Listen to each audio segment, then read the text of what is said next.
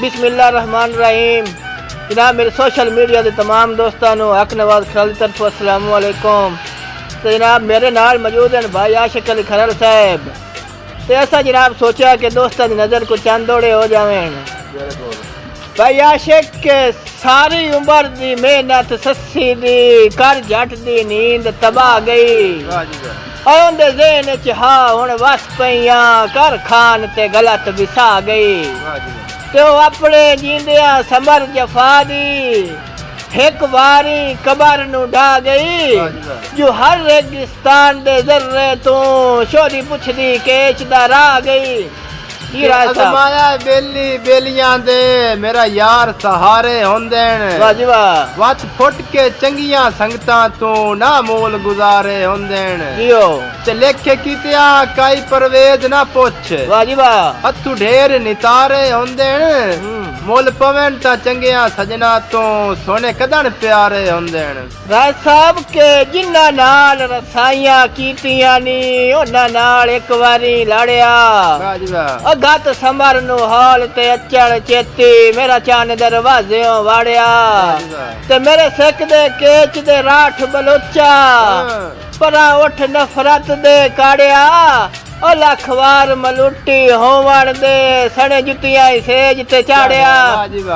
भाईजान संगतां दे डार चू निखेड़ गया दी दरवेश कोई कैड़ ता लवा। वाह वाह हो सकदा जिंदगी वध वैंदी जट कोल बीमार दे बवा। वाह ऐसी बस लगदे आ मुड़ रुसा ना देंदे। एक बार मनी जे पवा असी और इमदादा कोई ना मंगदे चलो जींदे आ मिलदे ही रवा। भाईजान के ए दिल जे आके बसाम सगिंदा इंज हौलिया होवण क्यों आ तो बेपरवाह दे रावा ते दे रात खलोमणा क्यों आ।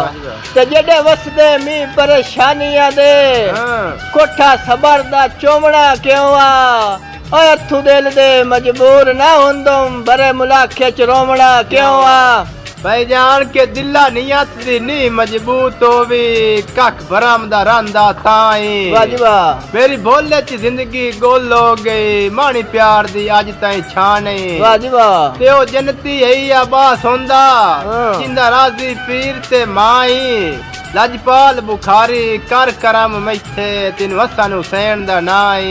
भाईजान के साडे वतन ते आए के लम्मे दे वासी मेरा अमन सकून वजा गए। निक्की उम्र रोग जुदाइयां दा मेरे दिल मजबूर नु ला गए। ते विचे अखी दे त्रुट गए वसन दे सुपने इंज अथरू रंग बदला गए। कुछ आके हिजर मुका छड़िया कुछ मुलाख दे मेड़े खा गए।